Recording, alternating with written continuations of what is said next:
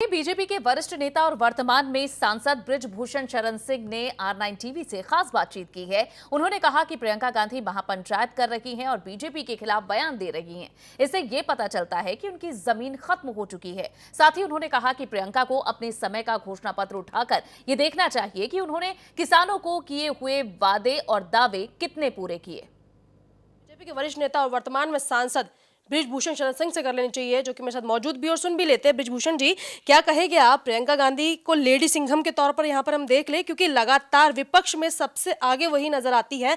उनके बयान का कोई मतलब नहीं, कोई उनको सीरियस नहीं लेता है। उनकी ज़मीन खो चुकी है और वो किसानों के बहाने यूपी में जा रही हैं। यूपी जाना भी चाहिए, स्वागत है, कोई ऐसी दिक्कत नहीं है। लेकिन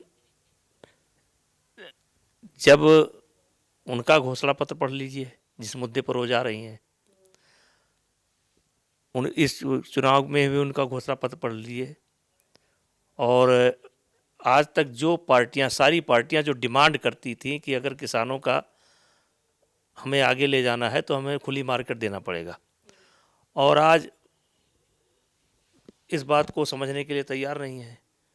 तो घोषणा पत्र उनका कुछ कहता है, आज वो कुछ कह रही हैं। और हमारा मानना है कि प्रियंका गांधी के दौरे को लेकर के उनको कोई सीरियस नहीं लेता है। लेकिन बृजभूषण जी, मुझे लगता है आप एक बड़े नेता भी है, राजनीति आप भी कर रहे हैं, तमाम चीजों में आपका भी सहयोग नजर आता है। बहरहाल 73 सीटों का समीकरण है, पश्चिम की राजनीति को आसान नहीं कहा जाता। कहते हैं कि चौधरी चरण सिंह की भूमि वो कही जाती है, ऐसे में आरएलडी नजर आती है, ऐसे में प्रियंका गांधी वाड्रा पहुंचती है। बीजेपी से जब संजीव बालियान गाँव में पहुंचते तो लोग उन्हें भगा देते हैं। अरे नहीं, भगा नहीं देते हैं, लेकिन देखिए ये मामला हल हो जाएगा। ये बहुत दिन तक चलने वाला नहीं है, क्योंकि किसान भी इस बात को समझ रहे हैं कि आंदोलन क्यों चल रहा है, कहाँ से चल रहा है, और ये सब सारी समस्याएं आती रहती हैं, जाती रहती हैं। ये आया है, चला जाएगा। आखिर सरकार उनसे तो यही तो पूछ रही है कि आप को कहाँ आपत्ति है, किस लाइन पर आपत्ति है, इस विधेयक में कौन सा नियम ऐसा है जो आपको नुकसान पहुंचा रहा है, उसको बताने के लिए कोई तैयार नहीं है। ये हो जाएगा, तो ऐसे देश नहीं चलता है कि ये हो जाएगा, वो हो जाएगा। जयंत चौधरी का लगातार महापंचायत में पहुंचना, संपर्क करना, किसानों से बातचीत करना, घर घर तक पहुंचना, और सेम स्ट्रेटजी यहाँ पे प्रियंका गांधी वाड्रा की नजर आ रही है। लगता है वोट काटू पार्टी के तौर पे नजर तो आएगी कहीं ना कहीं। देखिए, ये सारे राजनीतिक दल, चाहे आरएलडी हो, चाहे सपा हो और चाहे कांग्रेस हो, इनका जनाधार ख़त्म हो चुका है, और ये इसी किसान आंदोलन के कारण जिंदा होना चाहते हैं, और जो कि होने वाला नहीं है।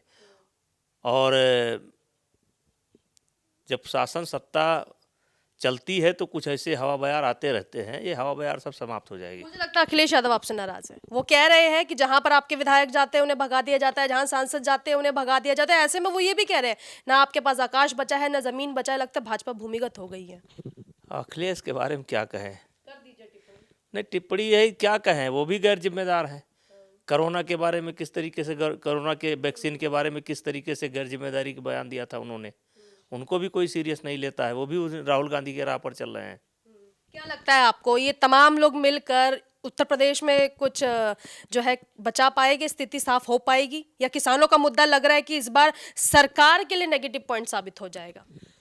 जिस दिन भी किसान नेता बैठेंगे उस दिन इस समस्या का समाधान हो जाएगा।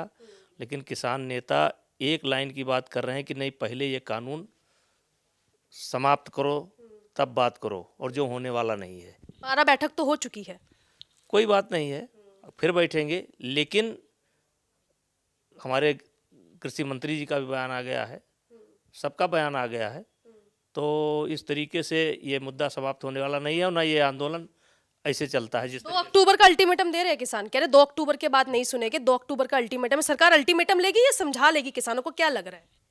अब भैया दे रहे हैं, रेल रोको दिए थे वो भी देख लिया गया, उपवास दिए थे वो भी देख लिया गया, ये भी देख लेगी देश की जनता। गांधी वांधी स्टाइल अपना रहे आप लोग।